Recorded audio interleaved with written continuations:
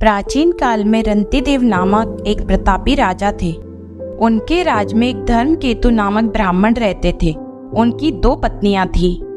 एक का नाम सुशीला तथा दूसरी का नाम चंचला था। सुशीला नित्य व्रत किया करती थी, जिससे उसका शरीर दुर्बल हो गया था। वहीं चंचला कोई व्रत उपवास आदि नहीं किया करती थी। सुशीला ने एक सुंदर कन्या को जन्म दिया, वहीं चंचला ने एक पुत्र को जन्म दिया। यह देखकर चंचला सुशीला को ताना देने लगी कि इतने व्रत उपवास करके शरीर को जर्जर कर दिया, फिर भी एक कन्या को जन्म दिया।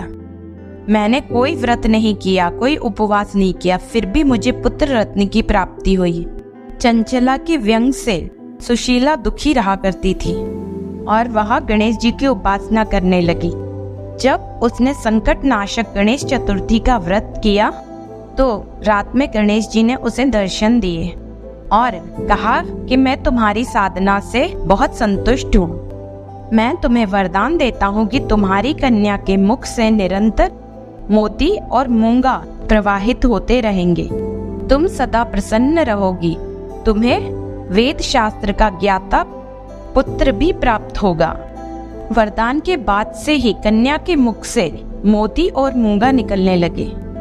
कुछ समय पश्चात सुशीला को एक पुत्र रत्न की प्राप्ति हुई। बाद में उसके पति धर्मकेतु का स्वर्गवास हो गया। उसकी मृत्यु के बाद चंचला घर का सारा धन लेकर दूसरे घर में रहने लगी, लेकिन सुशीला पति गृह में रहकर ही पुत्र और पुत्री का पालन पोषण करने लगी। इसके बाद सुशीला के पास कम समय में ही बहुत सारा धन हो गया, जिसे देखकर चंचला को उससे ईर्ष्या होने लगी। एक दिन चंचला ने सुशीला की कन्या को कुएं में ढकेल दिया, लेकिन गणेश जी ने उसकी रक्षा की। वह सकुशल अपनी माता के पास आ गई।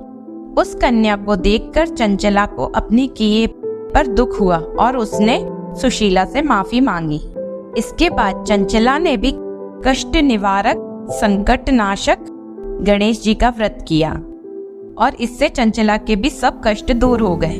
चतुर्थी के दिन चंद्र दर्शन को बहुत ही शुभ माना जाता है। चंद्र उदय के बाद ही व्रत पूर्ण होता है। मान्यता है कि जो भी व्यक्ति इस दिन व्रत रखता है, उसकी संतान संबंधित सभी समस्याएं दूर हो जाती हैं। अपयश और बदनामी के योग कट जाते हैं। हर तरह के कार्यों की बाधा दूर होती है। धन एवं कर्ज संबंधी समस्याओं का समाधान होता है। जय श्री गणेश।